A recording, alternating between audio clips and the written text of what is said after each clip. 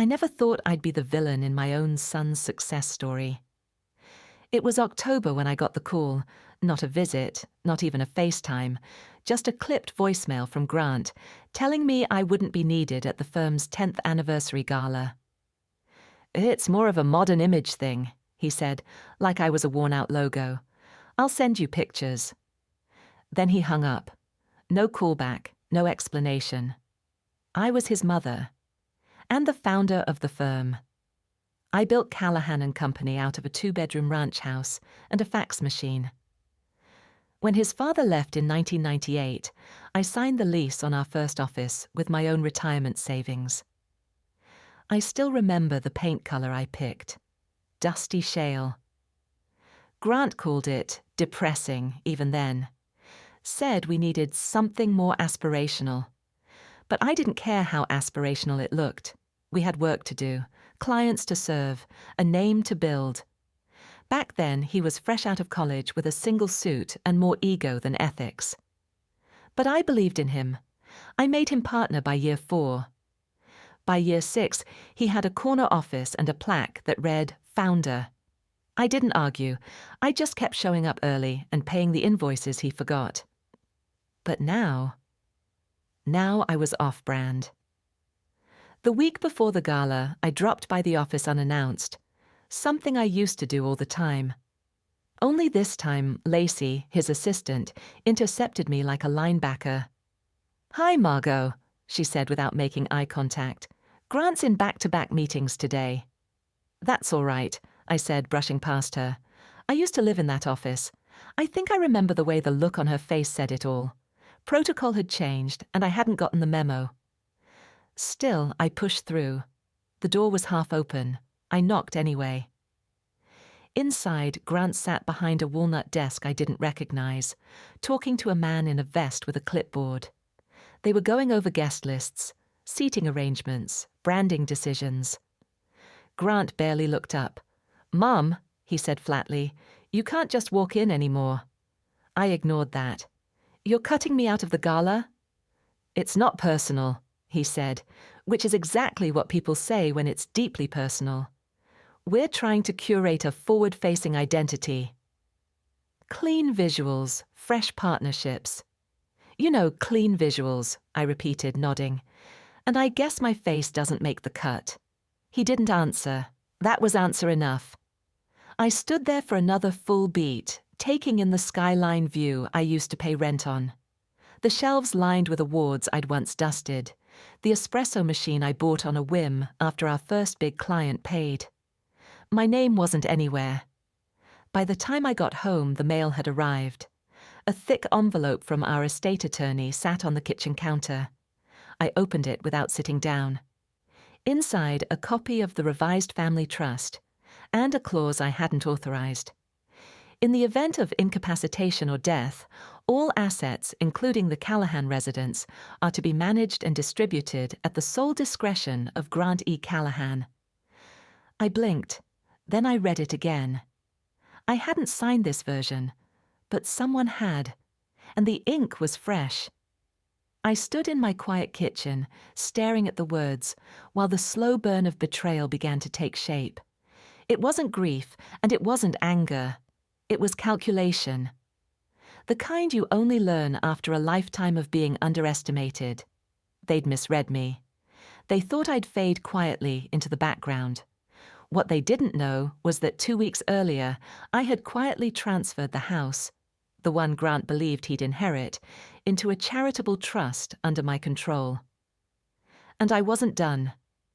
Because once I saw that clause, something in me clicked. My silence had expired, and the reckoning had begun. If you've ever been cut out by someone you built from scratch, subscribe to the channel. You're not alone, and this story's just getting started. The first person I called was not a lawyer. It was Lily, my former assistant, the only one who ever told me the truth when the client dinners ran long and the compliments ran fake. She answered on the second ring. "Margot," she said, her voice lifting with a cautious smile. "It's been a while." "I need your brain," I said, "and your discretion." There was a pause, then a quiet laugh. You always did know how to start a meeting. Within the hour, we were sitting at the back of a diner on Maple and 12th, the kind with sticky menus and coffee that's been sitting since dawn. She looked exactly the same, pin-straight bob, no-nonsense blazer, 2 pens in the breast pocket. I slid the envelope across the table. She read it slowly, then set it down. "They rewrote the trust without your consent?" she asked, brow raised. "Worse." "They forged my signature." Lily took a long sip of her tea. "Well, that's a felony. Glad we're on the same page." She reached for her phone and pulled up a name. "I want you to call Sarah Brenner. She does estate fraud and family litigation, works quietly, doesn't advertise and grant. If he really thinks he's entitled to your estate, he's going to start moving money, making assumptions." "Let him."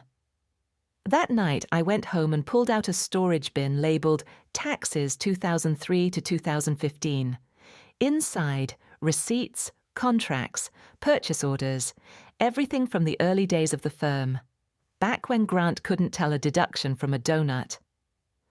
I found the original business registration, my name, my signature, then the first lease, then the loan agreements, all co-signed by me, personally.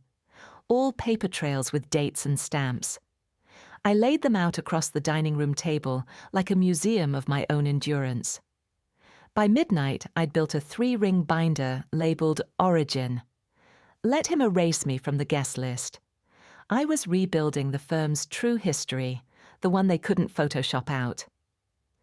2 days later, I walked into Sarah Brenner's office with a binder under my arm and Lily beside me.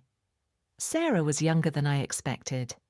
Late 30s, sharp eyes, wore a watch instead of a smartwatch. A good sign. She flipped through my binder in silence, nodding slowly. "This is solid," she said. "But if they've already filed this version of the trust with the county clerk, we'll need more." "Especially if the signature is contested." "Oh, it'll be contested," I said. "I didn't even have that haircut last year." Sarah looked up. "Wait. You can prove the signature isn't recent." I reached into my purse and pulled out the Christmas card photo from the same year. My hair was still shoulder length. He dated the form for April. I cut it in March. Lily smiled. "Never underestimate a woman's timeline of her own haircut." Sarah nodded. "That'll help. But we'll need a forensic review to confirm the forgery. In the meantime, do not tell them you've seen this." "I don't plan to." "And whatever you do," she added, "don't get sentimental. This will get ugly before it gets fair." I nodded. "I'm not here for fair. I'm here for accurate." Sarah reached across the desk, her grip firm and warm. "Then let's give them the most accurate reckoning they've ever seen." I walked out of that office with something I hadn't felt in years. Not revenge, not righteousness, just clarity. The kind of clarity that lets you see a betrayal for what it is, not a wound, but a blueprint. That night, Grant posted a picture from the gala. He was standing in front of a branded Step and Repeat, flanked by local press, and his new junior partner, Blake, a boy with good hair and empty eyes. The caption read, "10 years strong. From the ground up. Legacy founder pride." I stared at those words, "from the ground up," and couldn't help myself. I whispered, "Yeah." The ground I poured concrete on with my bare damn hands. The next morning, I made 3 calls. 1 to Sarah, 1 to my CPA, and 1 to the university's endowment office. If Grant wanted a legacy, I was about to rewrite one that didn't include him. Because what he didn't know, what none of them knew, was that the house was only step 1. And the foundation he stood on, I still held the blueprints. When you've spent a life working behind the scenes, budgeting, building, backing other people's dreams, you learn something. The most dangerous person in the room is the one everyone thinks is harmless. That was my advantage now. Let them believe I was just a bitter old woman with time on her hands. Let them smirk at my emails and think I didn't know what a forensic audit was. I'd built that firm from a fax line and a $15,000 business loan. If I could make something out of nothing back then, I could dismantle an empire in silk gloves now.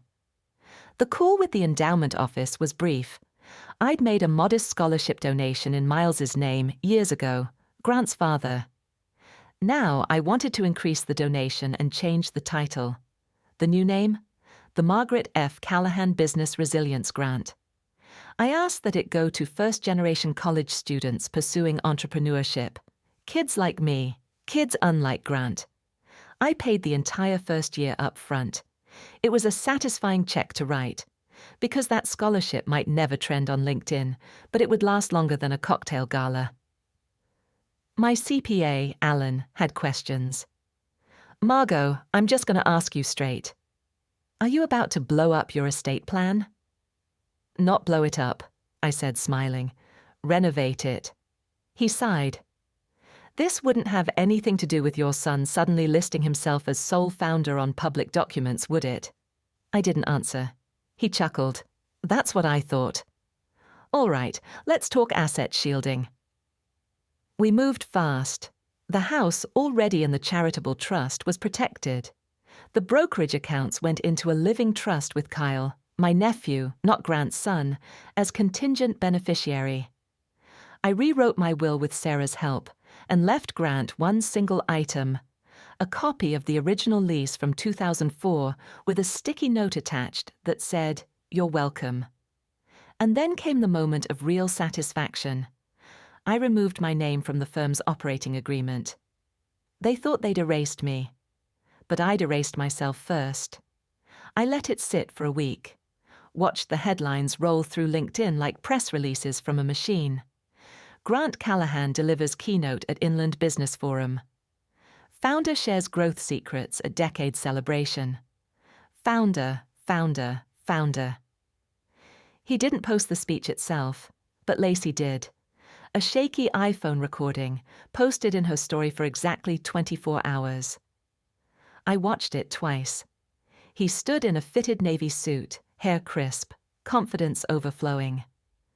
Callahan and Company started as a dream in my garage, he said. I paused the video. Not his garage, my kitchen, my laptop, my damn printer. I didn't sleep well that night. Not from anger, from pressure, internal steam building. But by morning it had settled into something sharp and clean. It was time. I asked Sarah to file the forgery complaint. It wouldn't go public right away. It would start quietly, a request for a handwriting expert, a demand for notary verification, a review of the trust submission. But Grant would notice. Oh, he'd notice. Sure enough, 2 days later, I got a call from an unknown number. I let it go to voicemail. Then I listened on speaker while watering my porch plants. Hi, Mom. Just saw something weird come through the legal inbox. Think there might be a mix-up with the trust documents. Let me know when you're free. Would love to clarify a few things. Love you, love you. Spoken like a man who didn't know the gun had already gone off. That afternoon, I paid a visit to Callahan and Company. Not as a mother, not as a co-founder, as a client, with Sarah by my side. We walked into reception like we belonged. Because I had once, and technically I still did. Margot, Lacey said, blinking. Is this... I have an appointment, I said, with your founder. She stammered something about his calendar being full, but I was already walking. Grant was in the glass conference room, gesturing toward a projection of next quarter's projections. He looked up, saw me, saw Sarah, and froze. Mom, he said, covering the mic, what are you... We're here to serve you, I said with a smile, sliding a folder across the table. Inside, a formal notice of dispute, a copy of the forged trust signature, and a request for records of any financial decisions made under false pretenses. He flipped through the pages, his hands beginning to tremble. This isn't necessary, he said, voice low. We can talk. We just did, Sarah said evenly. Expect contact from our office by Monday. Grant looked like a man who had just been told the house was on fire, and he was holding the match. I stood. 10 years, I said quietly, and not one word of thanks. So here's mine. Thank you for showing me who you really are. Then I turned, heels clicking on the polished floor I once mopped myself. As we walked out, Lacey stood up, halfway out of reflex. "Have a nice day," she said. I nodded. I already am. By Monday morning, the paper trail had teeth. Sarah filed a formal request for all revisions to the trust filed within the last 18 months, including notary logs and digital signature records. Within 72 hours, the clerk's office confirmed the signature had not been notarized by anyone on record, just digitally affixed. No witness, no timestamp, no legal standing. Forgery. That word looks cold on paper, but it warms you up when you've been lied to. Still, I didn't celebrate. Not yet. Because what came next would matter more than the win. Grant didn't call again. He sent an email. Cold, legal, terse. Per recent filings, I believe there's been a miscommunication regarding intent. I'd like to propose a meeting to resolve this amicably for the sake of public perception and our ongoing business relations. I read it twice. He was worried about perception, which meant the brand was bleeding. I forwarded the email to Sarah. "Let him sweat," she replied. Instead, I called someone I hadn't spoken to in years. Charles Barnett, retired business editor of the Seattle Times. We met in 2006 when he wrote a feature on women entrepreneurs. I'd forgotten the headline, but not his kindness. He was the only journalist who asked about the nights I cried in my car, about the loans I signed with shaking hands. He remembered me. "Margot Callahan," he said when he picked up.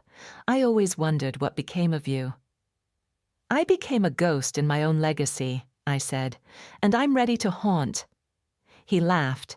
Then he listened, really listened. "I've got one column left before retirement," he said. "Let's make it count." We met at the same diner Lily and I had sat in. The universe likes a full circle. I brought copies of the forged documents, the real ones. Photos of the old house where the business was born, even a picture of Grant in his first suit, grinning like he owned the world. Which, in a way, he thought he did. Charles didn't rush me. He asked for details, timeline, emotion, regret. I gave him all of it, but only one quote made it into the final story. I built the bones. He hung mirrors and called it a masterpiece. The article ran online first, Monday night, 9:04 p.m. The headline stopped me in my tracks. "The Ghost in the Boardroom. What happens when founders get erased?" By morning, it was viral, not tabloid viral, not trashy drama, respectful, measured, devastating. It named no names directly. Just the truth, how women like me build things, raise sons, hand over keys, and vanish. People read between the lines. Within a day, former clients were calling my cell. "Margot, didn't know you weren't still on the team. Thought you retired." One woman said her non-profit had been turned away from the firm last year. Not aligned with brand vision. Grant's words, I'd bet. And then came the email that made me sit down.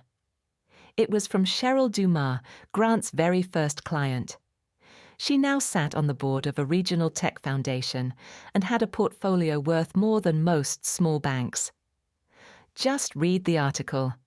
Never realized you were the engine. What's your next move? I'd like to invest. I stared at the screen for a long time. Next move? I hadn't let myself think that far, but Cheryl had. In the days that followed, Sarah's quiet case grew teeth. The clerk's office invalidated the revised trust. A letter of concern was filed with the State Bar Association after Grant's legal counsel tried to delay the review. Meanwhile, Grant posted a carefully worded PR piece. We honor our origins and continue to learn from them. A photo of the gala, cropped so tight you could barely see the fake smiles. The comments were polite, but thin. The tone had shifted. Legacy, it turned out, couldn't be photoshopped. That Friday I visited the house, the one I'd placed in trust. The lawn was overgrown, the mailbox tilted. I hadn't been back since the papers cleared.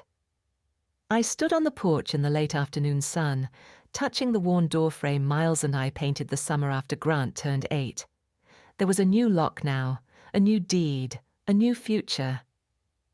As I walked back to the car, I noticed the neighbor's kid, maybe 10 or 11, shooting hoops alone in the driveway. "You ever miss?" I called. He shrugged. "Sometimes." "Doesn't stop you, though." He smiled. "Can't make the shot if you don't take it." I nodded. Exactly. That night I opened a new notebook, not labeled receipts, not labeled origin. This one had no label at all, just a single line at the top of the page. Build again. But this time, keep the deed. The deed was in my name again, and that changed everything. Sarah called the next morning with a smile in her voice. The clerk's office confirmed the rollback. The original trust stands. You are sole executor. Thank you, I said, though thank you didn't quite cut it. And the complaint. Still active, she said. They'll investigate the forgery. Quietly for now. But it's real. Quiet was fine with me. Quiet had always been my language. I spent the rest of that week doing something I hadn't done in years. Being still. I didn't plan. I didn't archive.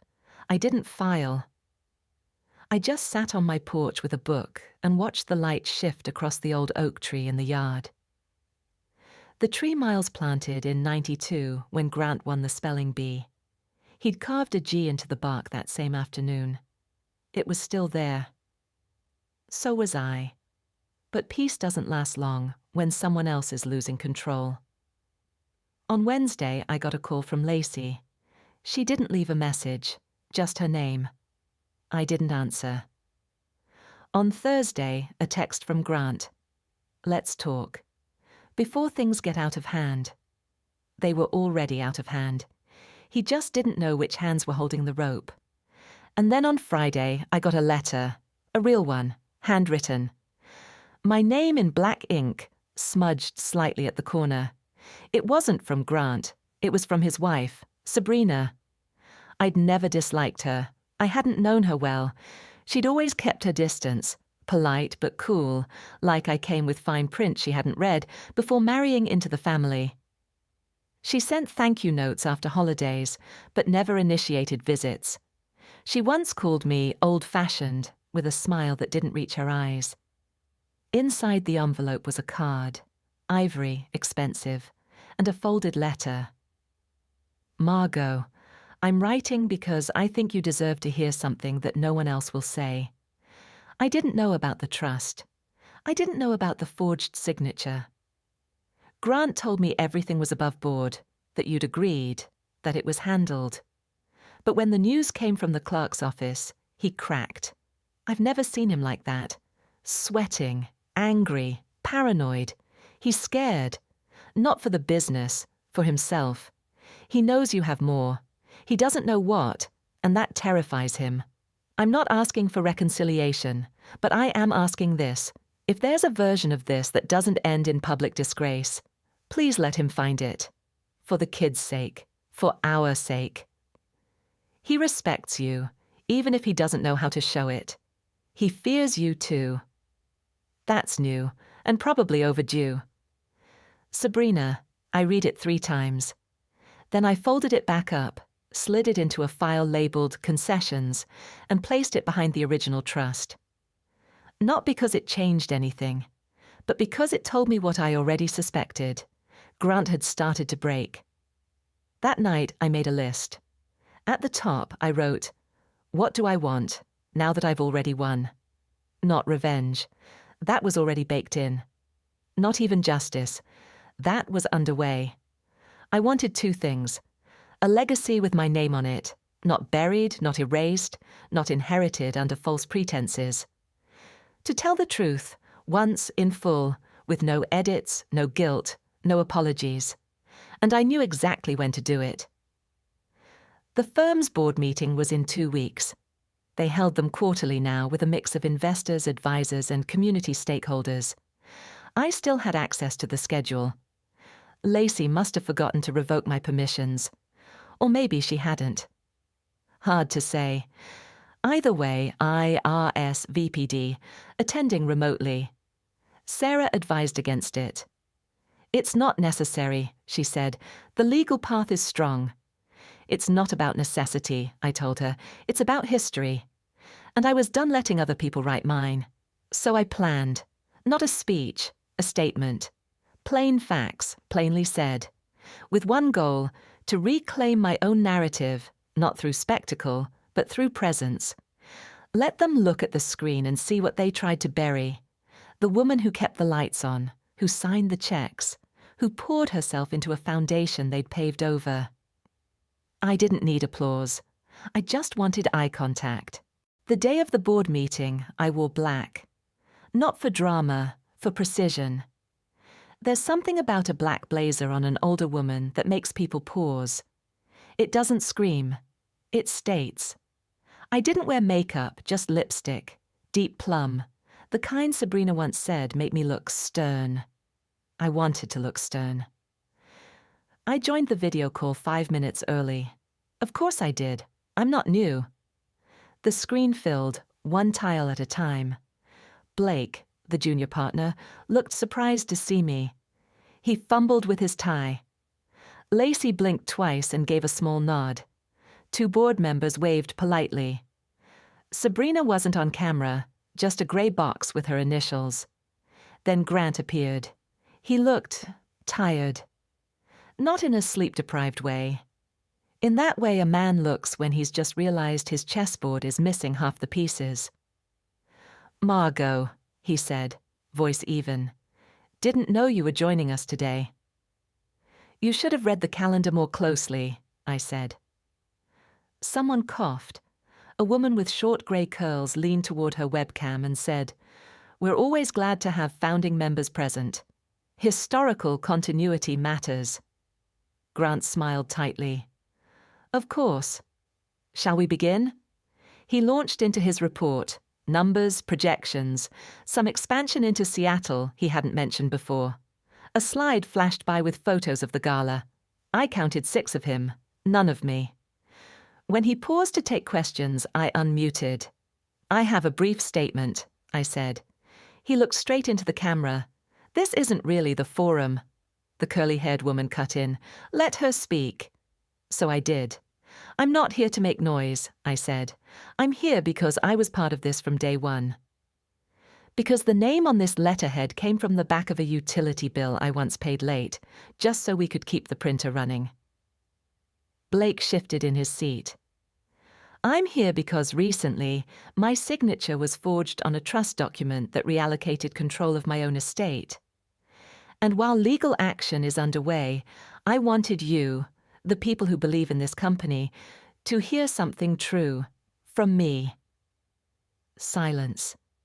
I held up a sheet of paper. It was the original lease. "This document is dated June 12th, 2004. It's signed by me, in my own handwriting, when I risked my last $3,000 to launch what became Callahan and Company. Grant was fresh out of college. He couldn't even co-sign. I watched him flinch. "I've never sought credit," I said. "Not because I didn't deserve it, but because I believed in building something that would outlast ego." Now Blake looked down at the desk. "But when that silence is used as an eraser, not a foundation, it matters. And for those who've trusted this company with your name, your money, your story, you deserve to know where it came from." I paused. "I don't need to be celebrated. I just won't be deleted." And with that, I muted myself. The silence that followed was almost reverent. Then the grey box labelled SG unmuted. "Sabrina." Her voice was soft, but it carried. I want to thank Margot for speaking. As someone who's benefited from the privileges this firm has offered, in both family and business, I think we all owe her acknowledgement. And I, for one, support transparency and accountability. Especially now, Grant looked like he'd been slapped with a silk glove. The grey-haired board member spoke again. We'll be reviewing the trust filings in our next closed session. But for now, Margot, thank you. Your clarity is like grounding. I smiled. That's all I ever wanted. I left the meeting before the next agenda item began. There was nothing else I needed to hear.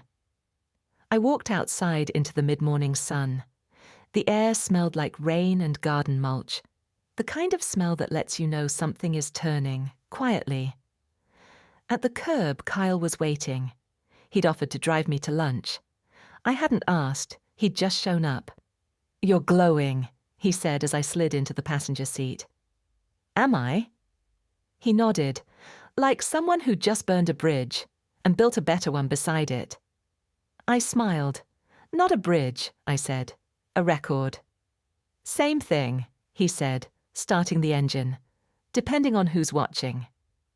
We ate at a small place on Waverley, one of those old diners that still had real booths and pie under glass. Kyle ordered grilled cheese and a root beer float.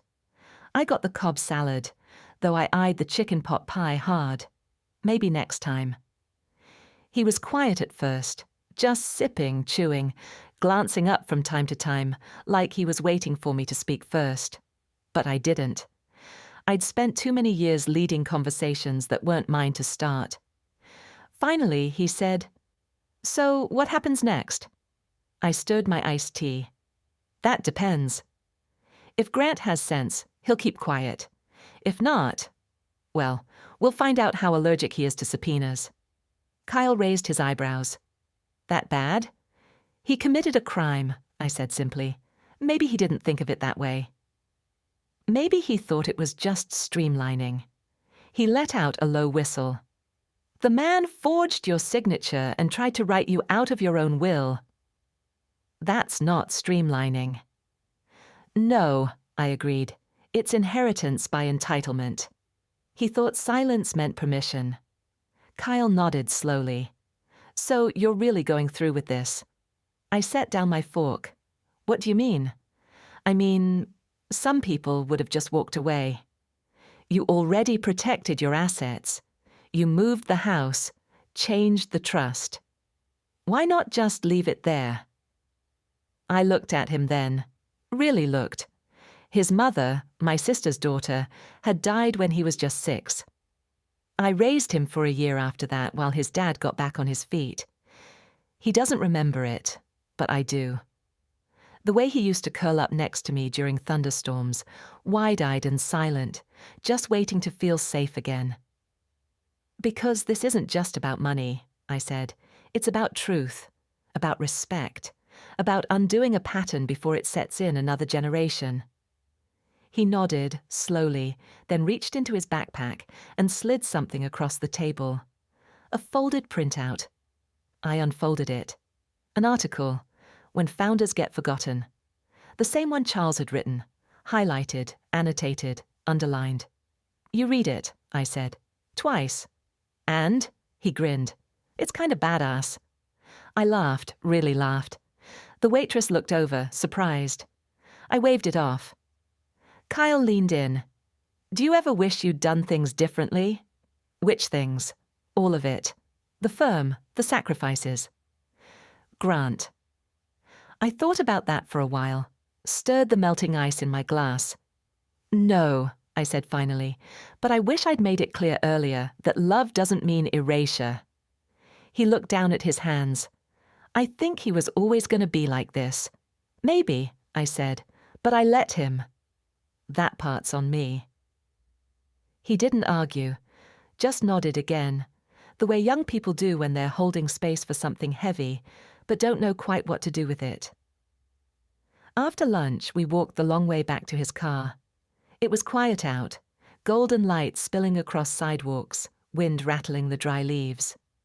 At the corner, he paused. "I applied to 3 business schools," he said. "Oh, didn't tell you. Wasn't sure I'd even get in, but..." He shrugged. "I got into 2. I stopped, turned. "Kyle." He looked up, eyes bright but unsure. "I didn't want to seem like I was chasing your footsteps or expecting anything." I reached up and cupped his cheek. "I would be honored if you followed me," I said. "Just don't repeat me." He smiled. "Deal." That evening, I sat down at my desk and opened a blank document. For the first time in years, I began writing my own history, not to publish, not for court, not for legacy, just to remember where I came from, what I built, who I loved, who I lost, and who I refused to lose myself to. At the top, I wrote, "What they inherit doesn't matter if they forget who you are." I would make sure they never forgot again. The final straw didn't come with a bang. It came with a whisper, a letter from the bank, a routine notice, bland and bureaucratic. But I knew the smell of bad faith the moment I opened it. Inside, a flagged account review notice tied to a dormant line of credit, one I hadn't used since the first year of the firm.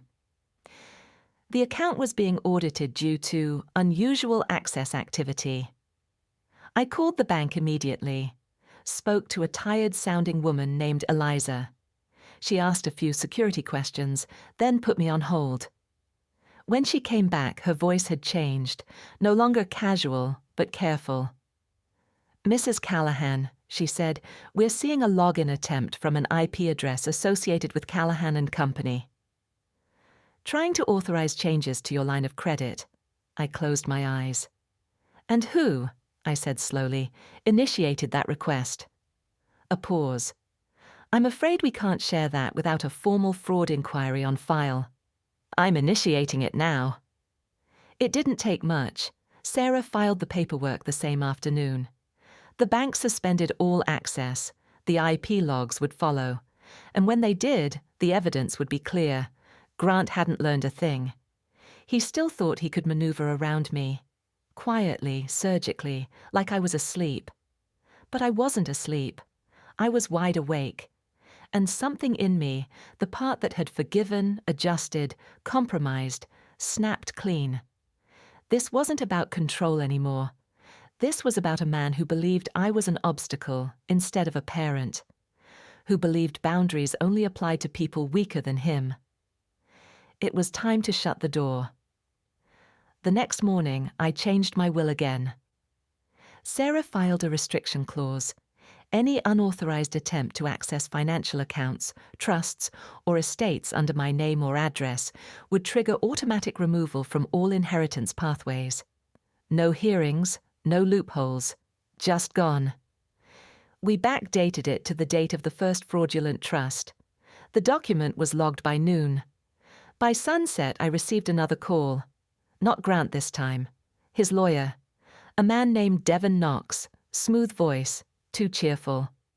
"Mrs. Callahan, I'm calling on behalf of my client, Mr. Grant Callahan. He'd like to arrange a meeting to clarify some misunderstandings regarding recent trust communications.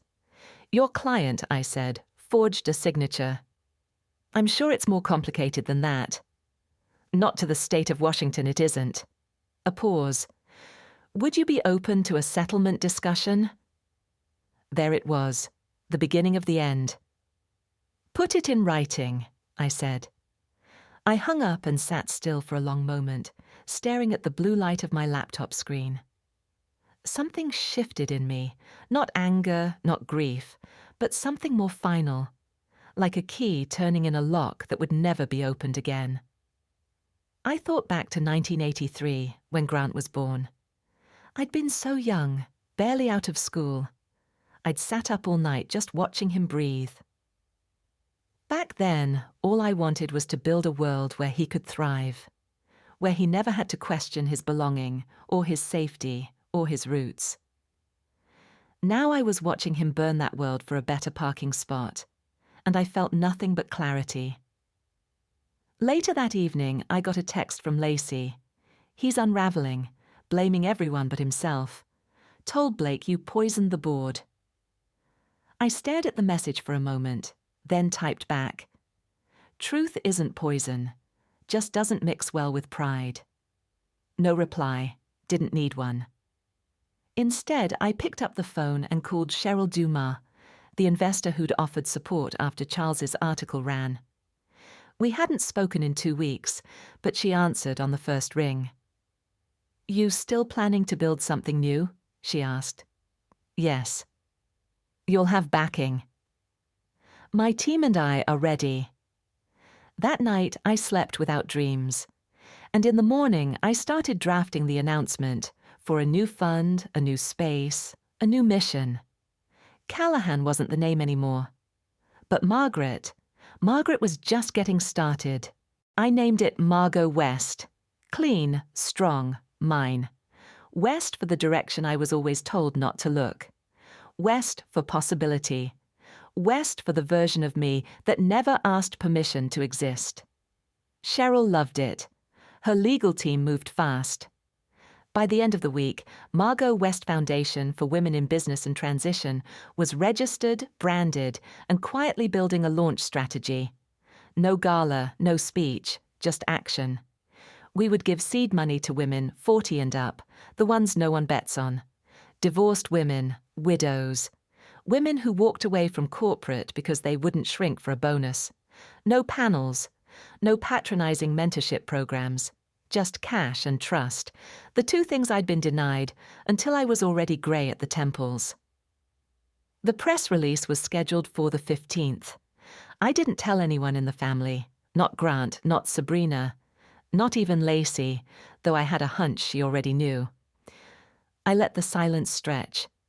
Grant didn't like silence. He tried to break it in predictable ways. Flowers, returned. A letter, unopened. Even a post on LinkedIn about humility and listening to generational wisdom. That one nearly made me laugh.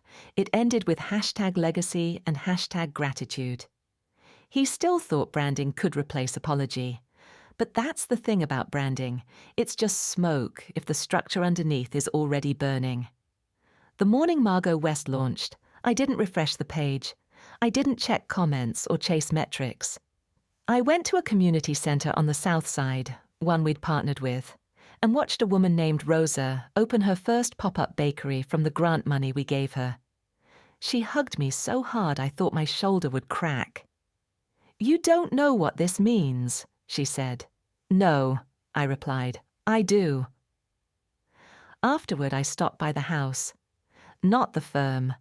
Not the condo Grant thought he'd one day own. My house. The one now held in a protective trust. I stood in the garden where the camellias had started to bloom again and let myself cry. Not from sadness, from release. Because I had finally done what I never thought I would. I'd outgrown my own past, and that's when the envelope came. Not a legal one this time, not typed, handwritten, thick paper. My name in ink, shaky but familiar. From Grant. Inside, 3 pages, not defensive, not performative, just broken. Mom, I know I don't deserve to write this. I know I don't have the words to undo what I did. I told myself I was protecting our legacy, that I was just managing details, taking control. But I was stealing. Not just from you, from history, from truth, the forged signature, the clause, the trust. It wasn't a mistake. It was a decision, a coward's decision. You built everything, and I tried to whitewash it into something shinier, trendier, male. I see it now. Too late, probably. But I do. Whatever happens next, I want you to know. I'm not fighting the will. I'm not contesting the trust. I've instructed Devon to drop everything. And if you ever want to speak again, not as my mother, not even as the founder, just as a person, I'd show up. Grant, I read it once, then again. It didn't absolve anything. It didn't fix the forgery, the lies, the years of slow erasure. But it acknowledged them, and that was something. I slid the letter into a folder I'd labeled Aftermath, then went inside and made tea. I didn't cry again. Not then. Instead, I picked up the photo of Miles and me on our first day in the house. 1989. Fresh keys. Fresh paint. Our whole world ahead of us. I whispered, "It's done now." And for the first time since this began, I meant it. I didn't reply to Grant's letter right away. Instead, I wrote him one of my own. Not to send, just to say what needed saying. The kind of letter that empties you out in quiet lines and old truths. It started like this. You weren't born selfish. That came later, slowly, like mold, fed by praise with no accountability. I let it happen. I protected you too long from consequences, and too often from reflection. Every sacrifice I made became another stone in your pedestal. And when I stepped away, when I finally said enough, you called it betrayal. But son, it wasn't betrayal. It was the beginning of balance. I never signed it. I folded it once and placed it in the bottom drawer of my desk. I wasn't writing it for him. I was writing it for myself. 3 days later, I received a message from Sabrina. Just a single line. "Thank you for not going public with the audit findings." I didn't respond. I didn't need her gratitude, but I understood the subtext. They knew I had more. Emails, signature logs, IP records. I could have gone scorched earth. Instead, I chose precision. Sarah called that afternoon to confirm Grant had formally withdrawn all claims on the estate. His lawyer had filed a declaration of no contest. Clean, final. He was out.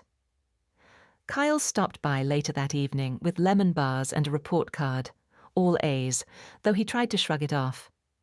"You know," he said, watching me stir tea, "I used to think family meant loyalty." "It does," I said, "but not blind loyalty." He nodded. "Now I think it means showing up for people when they stop pretending." I smiled. "Who taught you that?" "You did." We sat on the porch as the sun dipped behind the tree line. The camellias were starting to fade, but the hydrangeas were coming up strong. Change was like that. Just when one thing died, another bloomed. As the sky darkened, Kyle cleared his throat. "So, there's this incubator in Portland. They liked my application, want me to come out for a second round of interviews." "That's wonderful," I said. "I wouldn't go without telling you." "You're not leaving," I told him. "You're launching." He grinned. "I'll still call you every Sunday." "You'd better." The next day, I boxed up the last of the old firm documents. I kept the originals, of course. The lease, the first check, the photo of Grant holding up our first client contract like a trophy. But the rest? I shredded it, not out of bitterness, out of space-making. That night, I walked to the bookshelf and pulled down a dusty box labeled Miles, letters, photos, his watch, the pocket knife he'd used to carve our initials into the back steps one summer. At the bottom, a sealed envelope. I'd never seen it before. In Miles's handwriting, "Open when it's finally yours." I sat down, heart thudding, and broke the seal. Inside, a note, short, faded. "If you're reading this, it means you didn't give up. I always knew you'd have to fight for your place, even in your own story. But you were never second. Not in this house, not in this life, and not in this legacy. Never forget, the world might try to erase you, but I never did. Love, M." The tears came slow, then fast. Not because I was sad, because I was seen. Even now, even years later. I held that note to my chest and whispered the thing I never got to say. "I made it, love." I'm still standing, and the house, the name, the legacy. It all stood with me. After that letter from Miles, everything changed. Not externally. The house was still quiet. The lawsuits still pending closure. Grant still silent. But inside me, something settled. Something clicked into place like the last tile in a long, difficult mosaic. I wasn't fighting anymore. I was owning. The week after, Sarah confirmed the final filing had cleared. Full revocation of all amended documents, verified and recorded.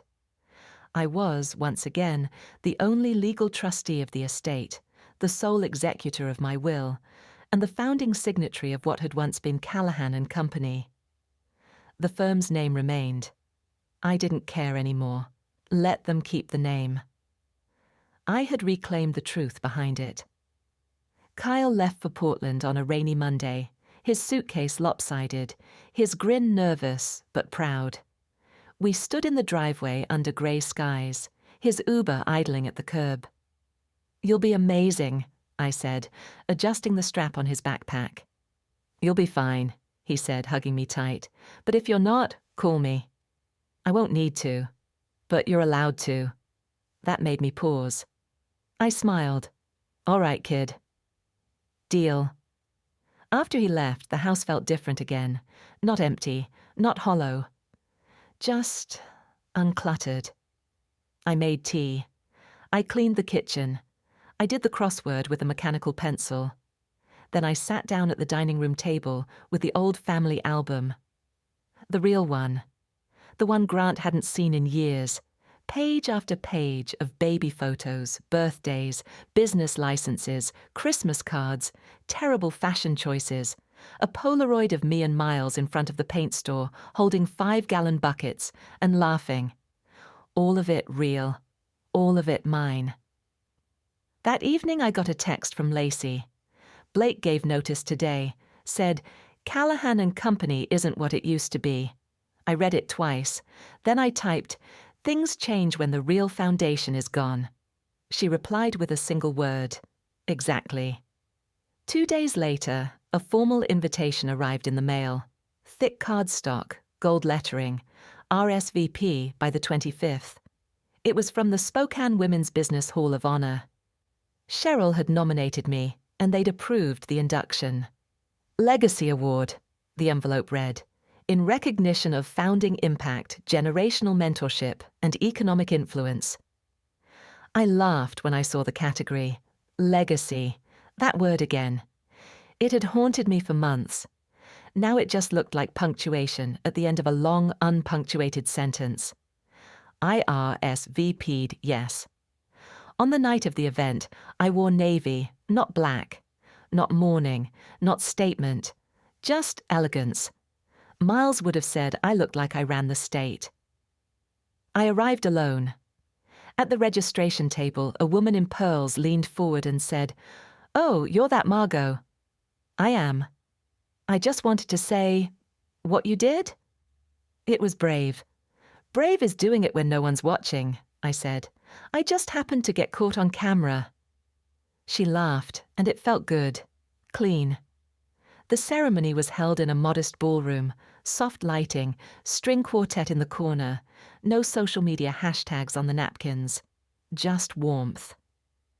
When they called my name, the applause came slow but strong. Not viral, not deafening, but grounded, respectful, real. I took the stage with calm hands and a clear voice. I kept it brief. Legacy isn't what you leave behind. It's what you refuse to let them take from you. For too long, I let others shrink my story to fit their comfort. Not anymore. I paused, looked around the room. If you're still waiting for someone to thank you, stop. Thank yourself. Stand up. Reclaim the chair they tried to pull out from under you. I smiled, and then buy a better one. The crowd laughed. I stepped down. Later that evening, when I returned home, the porch light buzzed softly. I left it on. Not because I was waiting, but because I liked the way it lit the steps I built myself. The plaque arrived by courier on a rainy Thursday morning. Bronze, understated, heavy. It read, "Margot F. Callahan, Legacy Award for Enduring Impact and Unshakable Integrity. Spokane Women's Business, Hall of Honor, 2025. I turned it over in my hands. Not because I doubted it was real, because I wanted to feel the weight of something earned. It was heavier than it looked. Good metal always is. I placed it on the mantel next to Miles's photo. Not centered, not spotlighted, just placed, like it belonged, but didn't need to brag about it. That afternoon I opened the front door to find Grant standing on the porch. No appointment, no announcement, just him, hands in his pockets, face pale, hair uncombed, eyes different. It took me a second to realize why. He looked like a man who knew he'd burned the bridge and was still trying to find a way across the river. "Hi," he said, voice small. "Can I come in?" I didn't say yes. I didn't say no. I just stepped aside. He walked in slowly, like the house might bite. He noticed the plaque. "So it's official?" he asked. "Yes." He nodded, took a seat at the kitchen table, like he had when he was a boy, back when he'd leave crayon marks and drop cookie crumbs I'd pretend not to see. I made tea, poured 2 cups, set one in front of him, sat down opposite. For a long moment, we just sat. Then he said, "I'm not going to ask for anything. I just wanted to look you in the eye and say it, say what? That I broke it." He didn't clarify. I knew what he meant. The trust, he continued, wasn't about the money. It was about control. I thought if I could write the terms, I could rewrite the past. Cut out the parts that made me feel small. The parts where I wasn't enough. He swallowed hard. "But that past is yours. You lived it. You bled for it. You don't get to erase people just because they make your story less convenient." I waited. I wasn't going to fill the silence for him. He looked down into his tea. "I'm sorry." 3 words, 10 years too late. But they were there. Real. I nodded. "You should be." "I thought you'd say that." I took a slow sip. Then I said, "I don't hate you, Grant. I'm just not writing you back in." His head lifted slightly. "I don't want to be back in. Not like before. I want to learn who I am without trying to be bigger than you." I raised my eyebrows. "That'll take time." "I know. And distance." He nodded. "I figured." We sat in the quiet again. It wasn't hostile. It wasn't warm. It just was. Eventually I said, "Do you want to walk through the house?" He blinked. "Now?" "I mean, if you're here." He hesitated. "Is that okay?" "It's not a gift," I said. "It's history. Might as well see it one last time, honestly." We stood. I led him down the hallway, past the sewing room where I used to file receipts, past the closet where the original trust documents were once hidden behind Christmas lights and gilt, into the guest room he'd once slept in when Sabrina kicked him out for a weekend in 2014. He didn't think I remembered that. Finally, the sunroom. "This," I said, gesturing to the wide windows and low shelves, "was going to be yours," before he nodded. "I remember. But Kyle will get it now." A long pause. He nodded again. "That's fair." We stood there for a minute more. Then he turned to me, and for once didn't ask for anything. He just said, "Thanks for letting me see it." "You're welcome." I walked him to the door. He stepped outside, pulled up the hood of his jacket. The rain had started again, soft, steady, insistent. He paused before descending the steps. "I hope Kyle makes you proud." "He already has," I said, "and not because of anything he built. Because of how he treats people." Grant nodded. "I'll remember that." Then he walked away.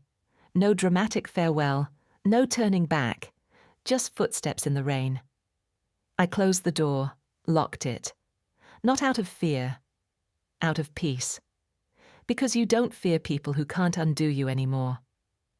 And that afternoon, for the first time since this all began, I turned on the radio, poured a second cup of tea, and danced. I danced alone, in socks, across the worn hardwood that Miles and I refinished together in 1994. No music from speakers, just the soft crackle of an old jazz station that somehow still broadcast from the far side of town. Trumpet, piano, brushes on a snare. The kind of music that didn't ask for attention, just gave it. The rain tapped the windows like an old friend trying not to intrude. Outside, the garden was all puddles and fallen petals. I didn't mind.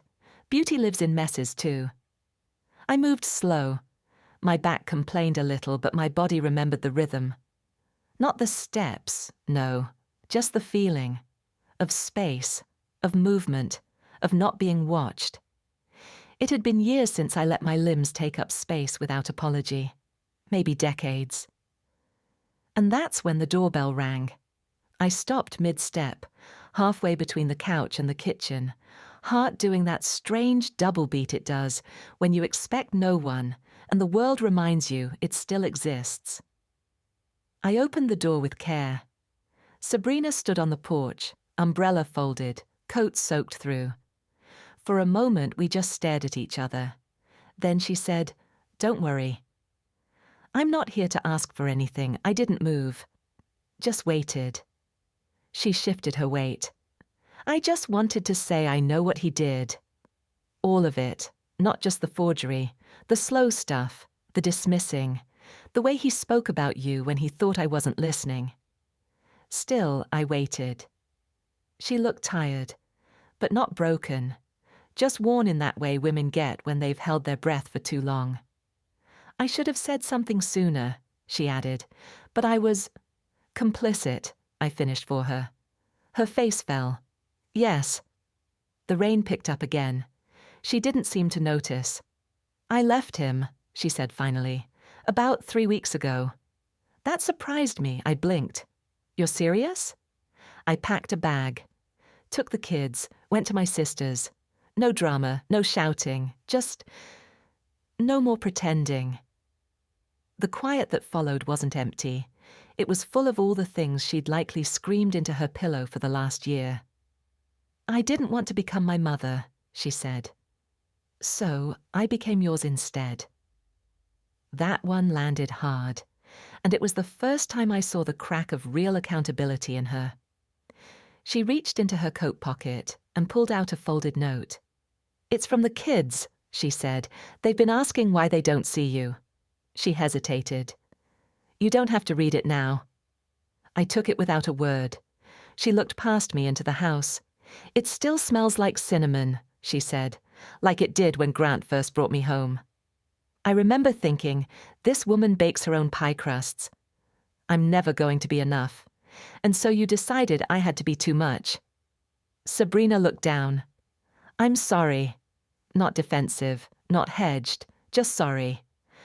I stepped aside, not far, just enough. "Come in," I said, "out of the rain." She hesitated, then nodded, crossed the threshold slow, like it was sacred ground. I didn't offer tea. I didn't start a new chapter. I just handed her a towel and let her dry her coat. Small steps. Sometimes that's how healing starts. Not with hugs or tearful speeches, but with a hand towel and silence you don't try to fill. She sat at the edge of the couch. I stayed in the armchair across from her. Between us the space was wide, but not cold. "Why now?" I asked. She looked up. "I read the article," she said, "the one from the Hall of Honor, and for the first time I saw the version of you I've been trying to ignore. That version was always there. I know," she said, "that's the part that hurts." We sat like that for a while. The rain slowed. The jazz station played something familiar, and neither of us commented on it. Eventually she stood. "I won't take more of your time," she said, smoothing her coat. "You already did," I said quietly, "but maybe that doesn't have to be the end of the sentence." She blinked, then nodded. I walked her to the door. She stepped out into the soft drizzle, paused, then turned back. "If the kids wrote again," she said, "would you read it?" "Depends what they call me." She smiled faintly. "They still say Grandma." "Then yes," I said. "I'll read every word." She left without another word. And I returned to the living room, turned the volume up slightly, and let the music fill what had once been a wound. That night, I unfolded the note from the kids. Wide-ruled paper, purple ink, stickers in the corners, a smiling avocado, a dinosaur in sunglasses. The handwriting was uneven, full of big loops and backwards letters. But the message was simple. Hi, Grandma. We miss banana bread days.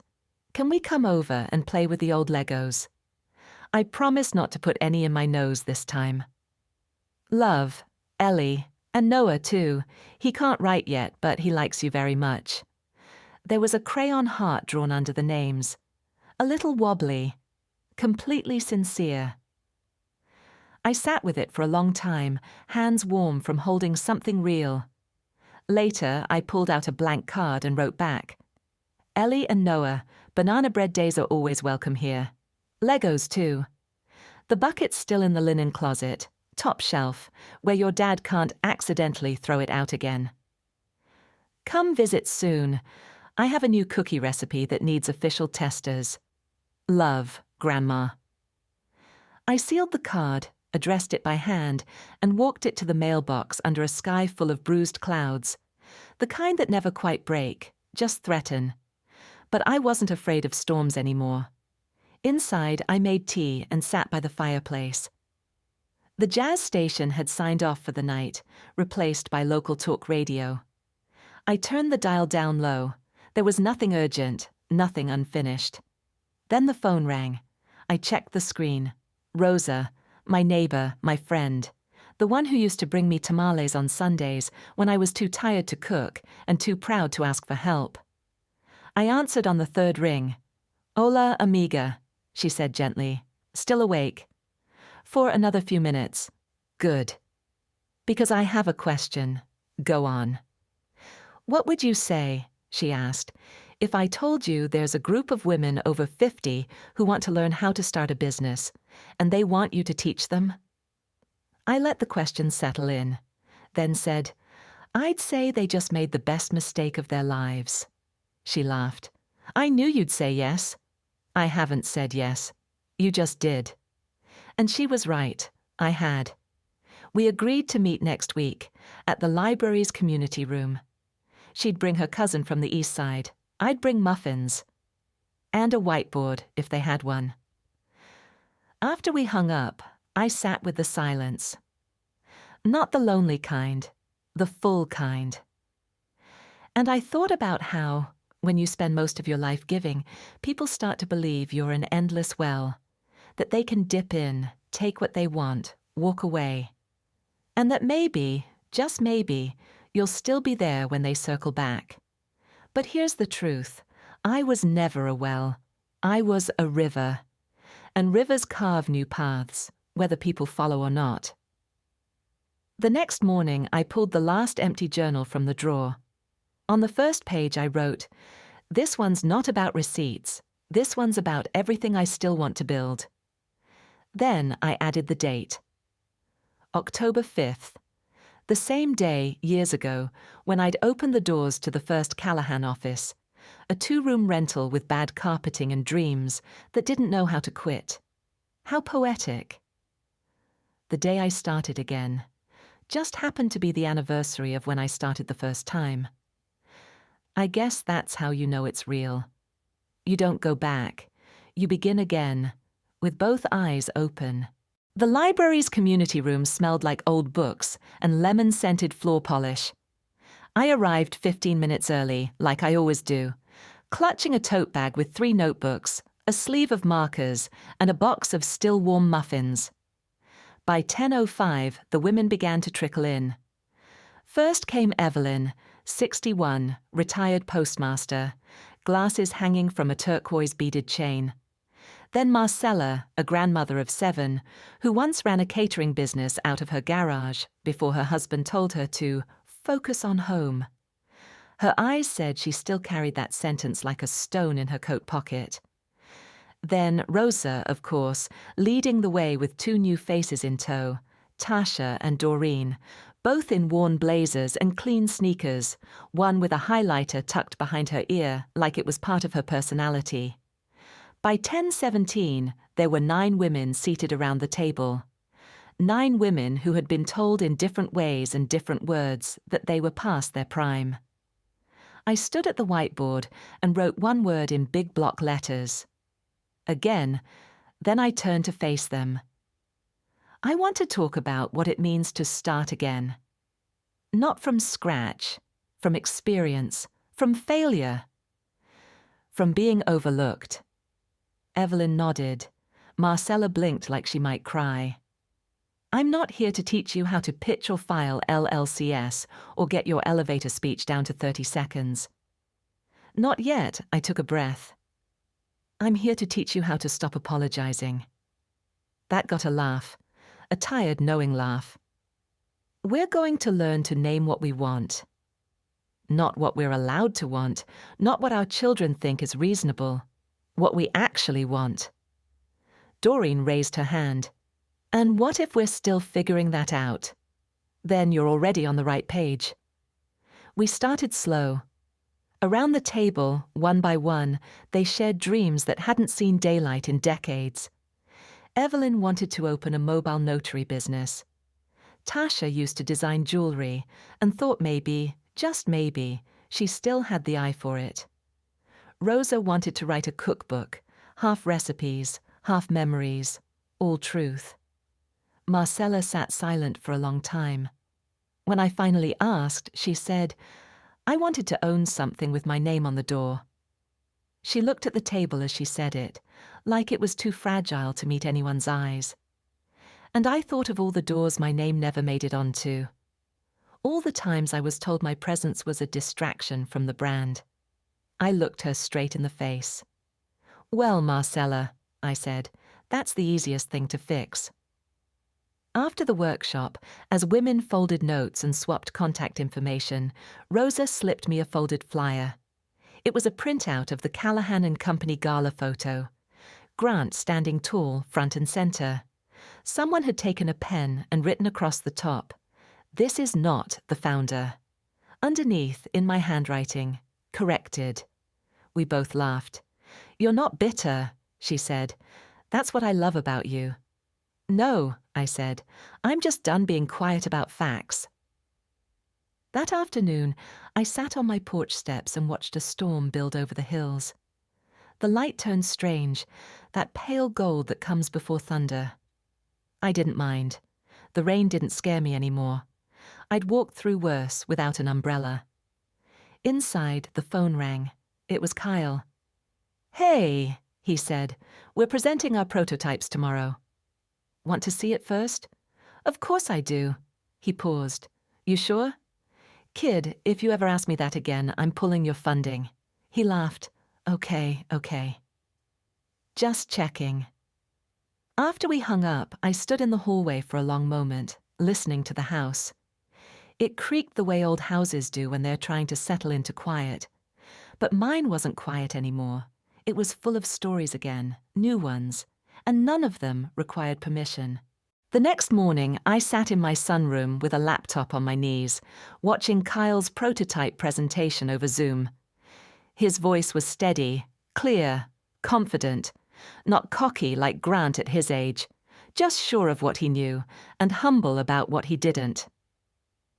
He was pitching a modular storage solution for low-income families, collapsible, customizable, made from recycled materials. A small fix, he called it, for a very big problem. The professors nodded. One of them smiled. And me? I cried. Just a little. After he signed off, Kyle called immediately. You were watching, right? Of course. Okay, good. 'Cause I totally blanked for like 3 seconds in the middle of the pitch, and I think my voice cracked. You sounded like a man who built something on purpose.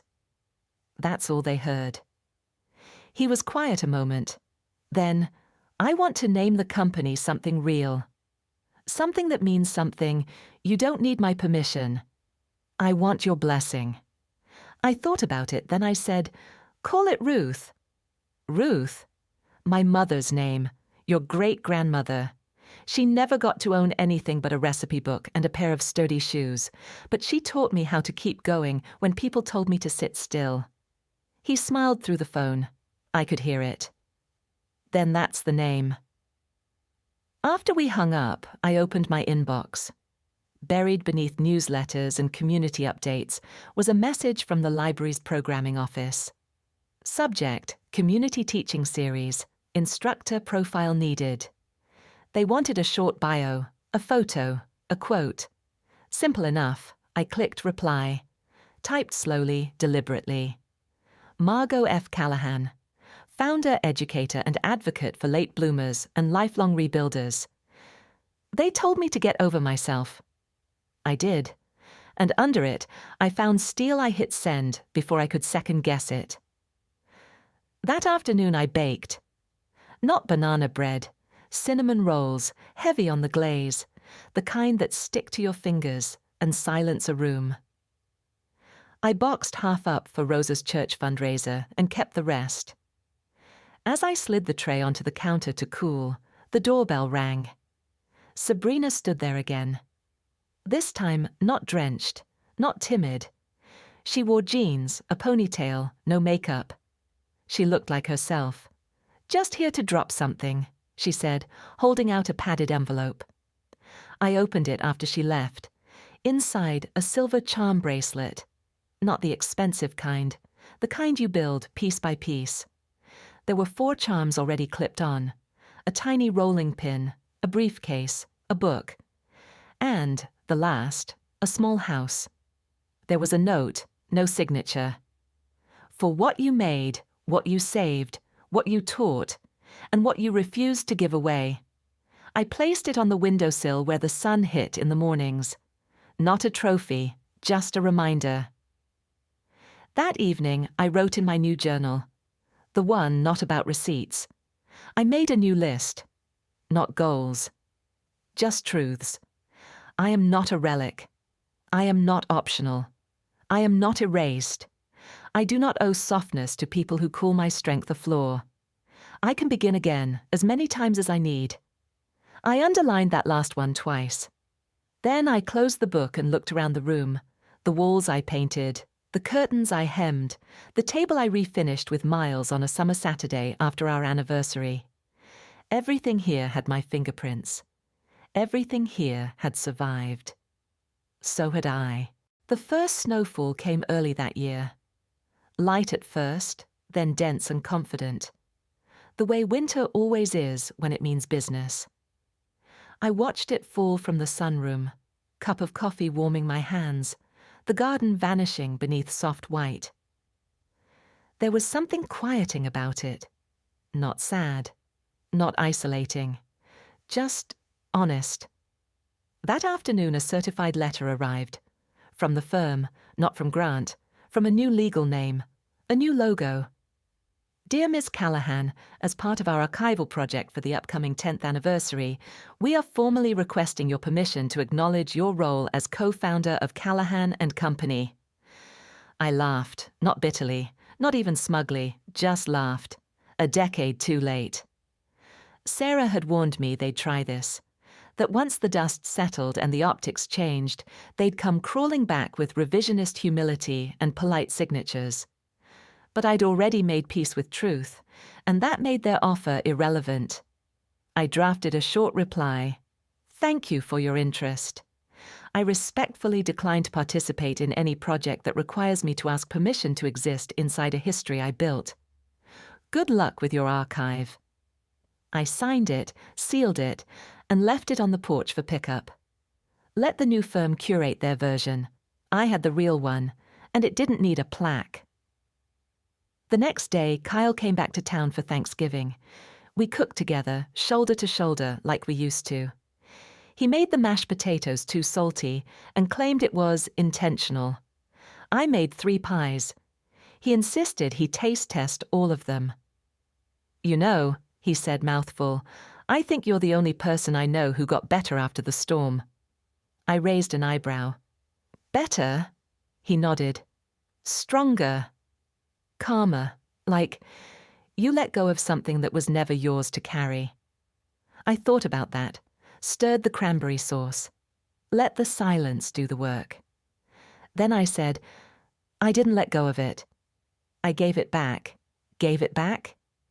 To the people who put it in my hands and called it love. He smiled. After dinner, we sat on the floor near the fireplace, sorting old photos, the kind I'd once caught Grant trying to throw away. Miles in the garage with a power drill and a can of paint. Me holding newborn Grant, eyes bleary but stubborn. Our first holiday party in the tiny office lobby, everyone crammed in like a secret we were lucky to keep. You gonna write it all down? Kyle asked, flipping through the stack. I already did. He paused. You mean the journal? No, I said, reaching behind me to pull out a thick binder. This. Inside, my story. Not just the legal filings, the corrected trust, the receipts, but the memories, the full version, labeled, dated, unapologetic. You're in here, I told him. So are your sister and your mum and Rosa and Lucinda. So is everyone who mattered, and everyone who taught me who didn't. He opened it slowly, reverently. You wrote your legacy. No, I said. I documented my reality. Legacy is what other people do to your name after you're gone. This one's mine. He looked up, quiet, moved. Do I get a copy? Not yet. When? When you need it. We put the photos back into their box. The fire crackled low, the last pie cooled on the counter, untouched but perfect. Before he left, Kyle hugged me long and tight. Then he whispered, You didn't just stand up, Grandma. You made the ground shake. I watched him pull out of the driveway, taillights glowing in the early dark. And when I returned to the house, I looked around at everything they once tried to take. Still here, still standing, still mine. December came like a deep breath, cold, wide, honest. I decorated the house slowly this year. No rush, no themes. No matching ribbons and color-coded trees. Just the ornaments that meant something. The kind Miles made with Kyle when he was 5. The one with Grant's tiny handprint in faded gold paint, even though now it felt like it belonged to another life. Rosa came by with tamales wrapped tight in wax paper, cinnamon sugar dusted on top. We sat on the couch watching the snow inch across the garden. You're different, she said. How? You move like you're not waiting for anything anymore. I smiled. That's because I'm not. There was no more waiting for recognition, or regret, or repair. That door was shut, not out of spite, but preservation. The next morning, I received a Christmas card in the mail. I almost didn't recognize the handwriting. It was from Sabrina. No envelope full of emotion, just a simple photo of the kids. Ellie and Noah standing in front of a tiny lopsided gingerbread house. They'd written for Grandma M in green icing across the roof. Inside, just 4 words. They remember everything kindly. I held the card for a long time. Not because I didn't believe it, but because I knew what it cost her to admit it. That afternoon I boxed up the last of the just-in-case folders, backup plans, contingency wills, counterfilings, and placed them in the safe. Not out of fear, out of finality. The war was over. There was nothing left to defend. I sat on the back steps, tea in hand, breath visible in the late December chill. And I whispered something I never thought I'd hear myself say. You did it, Margot. Not survived, not endured, transformed. I thought of all the women I knew who spent their lives dimming themselves, stepping aside so others could feel tall. Women who kept the peace until they disappeared inside it. Not me. Not anymore. The phone buzzed on the windowsill. A text from Kyle. Can I bring someone by after New Year's? He's important. I want him to meet the person who taught me how to be one. I replied with a single word. Yes. Then I went to the kitchen and pulled out the recipe card. Miles's handwriting, banana bread, the real one. The one with molasses and a whisper of nutmeg. If Kyle was coming home, with someone worth meeting, then I would meet them in the house I'd saved, with the bread that built us. That night, I lit a single candle in the kitchen window. Not for anyone in particular, just as a signal to the woman I used to be, the one who thought she had to shrink to be safe. She wasn't forgotten. She was the scaffolding. And I'd finally outgrown the need to lean on her. New Year's Eve came quiet. No party. No champagne. Just the slow unfolding of the last day of the year. Wind against the shutters, soup on the stove, a house that hummed with its own kind of warmth. At 3:42 p.m., Kyle pulled into the driveway. He stepped out first, taller than I remembered, a little more filled in, like something inside him had settled and taken root. Then the passenger door opened. A young man followed, wide smile, nervous hands. A good coat, but the kind bought on sale with pride, not luxury. The kind of coat you work for. Kyle waved, then walked up the steps. "This is Jordan," he said. "Jordan, this is Margot." Jordan held out a hand. "It's an honor." "Is it?" I asked. Deadpan. He blinked. Then I smiled. "Good." That's the right answer. Inside, we had tea and banana bread. Jordan talked about growing up in Yakima, how he met Kyle through the incubator, how he still couldn't figure out if a grant was the same thing as a loan. "Depends on the person giving it," I said. "But if they call it a grant and still expect something back, it's just guilt with paperwork." They laughed. I liked the way they moved around each other. No performance, no possessiveness. Just ease. At one point, Kyle got up to answer a call from Portland. Jordan and I sat in the sunroom, the snow soft against the glass. "He talks about you a lot," Jordan said. "God help me." "No, really." "He says you saved him." I turned to face him. "No, I just gave him permission to stay whole." Jordan looked down at his tea. "He does that for me." "Then you're even." Before they left, Kyle kissed my cheek and slipped a folded envelope into my palm. "Don't open it until midnight." I nodded. "If it explodes, I'm haunting you." They laughed, hugged me tight, then drove off into the early dusk, brake lights soft against the snow-swept road. At 11:59 p.m., I sat at the kitchen table with the envelope in front of me, a single candle lit beside it. I opened it slowly. Inside, a drawing, crayon, clearly. Labeled in two handwritings. One side said Ellie, the other Noah. A house drawn in shaky lines. A tree, two stick figures, one small, one tall. Underneath, Grandma M's house is safe. No signature, just that.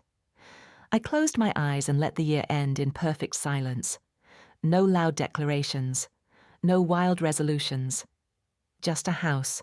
A drawing. A sentence that rewrote everything. This house, the one they thought they could steal, erase, inherit, brand, had become something else entirely. A shelter.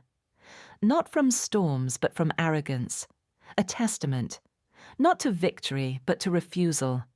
To stand still while the world tries to push you out of your own story, and say plainly, "Not today." Midnight passed. I washed the cup, blew out the candle, turned out the lights, and went to bed with a full heart and an empty grudge. Spring came early the following year. Not in the way it does in postcards, tulips blooming, sunshine pouring in like some scripted redemption. Number. It came subtly. A slight warmth in the morning air, a shift in the soil, a slow exhale after too many held breaths. I was sitting in the garden, pruning the camellias, when the mail arrived. Mostly flyers, a grocery circular, and one thick envelope, from the firm, again. This time it was different. A new letterhead, no branding, no spin. Just a simple message from the board. "We are formally retiring the name Callahan and Company effective June 1st.